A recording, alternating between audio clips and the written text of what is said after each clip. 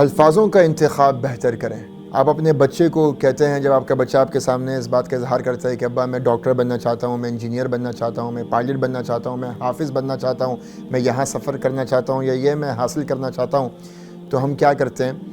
اگر ہمیں ایسا نظر آئے کہ شاید یہ ممکن نہیں ہے، تو ہم اپنے بچے کو یہ جواب دیتے ہیں، تمہاری اوقات ہے، تمہاری شکل ہے کہ تم انجینئر بنو گے۔ میں نے خود اپنے کانوں سے کچھ ماں باپ کو یہ کہتے ہوئے میں نے سنا ہے کہ ماں باپ اپنے بچوں کو کہہ رہے ہیں، تمہاری اوقات ہے کہ تم یہ بزنس کرو گے، تمہاری اوقات ہے کہ تم انجینئر بنو گے، تم تو نکمے ہو، تم تو ناکارہ ہو، تم تو فلاں ہو، تم تو علاں ہو۔ ہم اپنے بچے کو ہی کوس رہے ہوتے ہیں، ہم اپنے بچوں کو ہی کوس رہے ہوتے ہیں۔ ایک بات، دوسرا مسئلہ یہ بھی ہے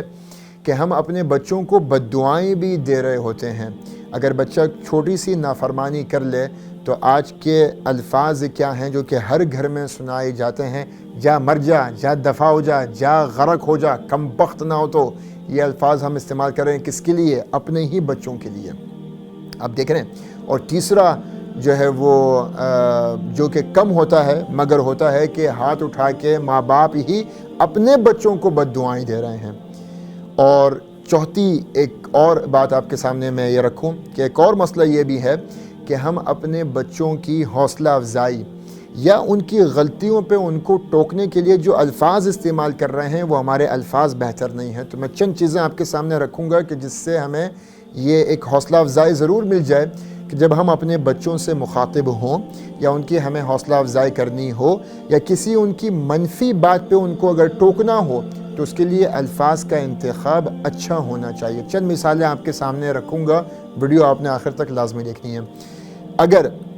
آپ کا بچہ آپ کے پاس آئے اور آپ سے کسی خواہش کا اظہار کرے، کسی خواب کا اظہار کرے کہ وہ یہ کرنا چاہتا ہے، ممکن یہ ہے کہ وسائل دیکھتے ہوئے آپ کو یہ اندازہ ہو کہ شاید یہ ممکن نہیں ہے کہ یہ اس کو حاصل کر سکے، کم از کم آپ اپنے بچے کو جواب میں اتنا تو کہہ سکتے ہیں کہ تم کوشش کرو بیٹا، اللہ توفیق دے دے گا، انشاءاللہ بولو، استخارہ کر لو، دعائیں کرو، اللہ سے مانگو، کسی سے مشورہ کر لو۔ یہ بھی تو ایک اچھا جملہ ہو سکتا ہے جس سے سامنے والے کی حوصلہ افزائی ہوگی، مگر کیونکہ ہم خود اتنے منفی ہو گئے ہیں تو ہم فوراً سے مثبت باتیں ہم سامنے لوگوں کے نہیں کہہ پاتے۔ تو ماں باپ کو یہ ضروری ہے، ان پہ یہ واجب ہے کہ اپنے بچوں کی ہر ممکنہ کوشش کریں کہ ان کی وہ حوصلہ افزائی کریں۔ اور جب آپ اپنے بچے پہ کسی بات پہ غصہ ہوں، آپ ان کو ڈانٹ رہے ہیں کہ وہ آپ کی نافرمانی کر رہا ہے، تو آپ ان کو بد دعا بھی اگر دینا چاہتے ہیں نا، یا ان پہ غصے کا کوئی اظہار بھی کرنا چاہتے ہیں، جیسے ہماری والدہ کرتی تھیں، جا تجھے اللہ حرم کا امام بنائے، جا تجھے اللہ جو نا وہ تبلیغ میں 4 مہینے کے لیے بھیج دے، تو بہت نافرمان ہو گیا ہے، اللہ تجھے 4 مہینے کے لیے بھیجے کہ تو 4 مہینے تبلیغ میں جا اور مجھ سے دور ہو جا۔ تو وہ کہہ تو رہی ہیں کہ مجھ سے دور ہو جائے، مگر 4 مہینے تبلیغ میں لگانے کی ایک مثبت دعوت بھی دے رہی ہیں۔ جا اللہ تجھے قرآن حافظ بنائے، جا اللہ تجھ سے نیکی کے کام لے، او تو بہت پیسے میں کنجوسی کر رہا ہے نا، اللہ تجھے بہت سخی بنائے کہ تیری ذات سے پھر بہت سارے لوگوں کو فائدہ پہنچے۔ تو غصے میں بھی بچوں کو اچھی دعائیں دی جا رہی ہیں۔ اور اگر اتنا نہیں کر سکتے تو اگر کوئی بہت بڑا ایک کارنامہ آپ کے بچے نے دے دیا، بہت بڑی گستاخی، نافرمانی، آپ کو اذیت پہنچانے والی کوئی بات کر دی، تو بجائے اس کے کہ جا تو برباد ہو، تو ہڈر میں، تو بغیرت ہے، تو غرق ہو جا، دفع ہو جا،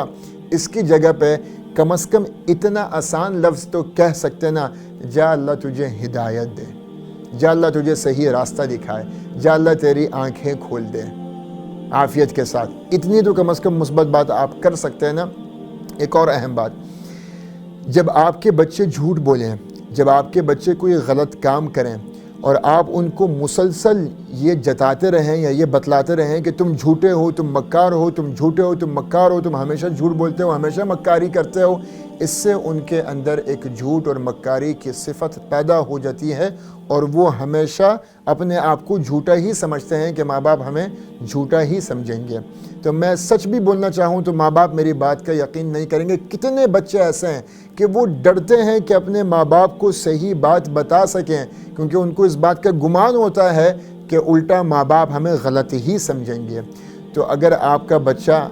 آپ سے کچھ بولنا چاہے، اپنے بچے کی تصدیق ضرور کریں، اور اگر آپ کو یہ لگے کہ آپ کا بچہ سچ نہیں بول رہا، جھوٹ نہیں بول رہا ہے، تو اس کو یہ نہ کہیں کہ تم جھوٹے ہو، بلکہ آپ اس کو یہ کہیں کہ تم پورا سچ نہیں بول رہے۔ ممکن یہ ہے کہ تم سچ چھپا رہے ہو، تم کھل کے بولو، پورا سچ بولو، میں تمہارے ساتھ ہوں، میں تمہارا ساتھ دوں گا یا دوں گی، تو اس سے بچے کے اندر ایک مثبت سوچ جو ہے وہ پیدا ہوتی ہے۔ ایک بات بول کے جو چوتھا مسئلہ تھا اس کو بول کے یہاں پہ بات ہم ختم کریں گے،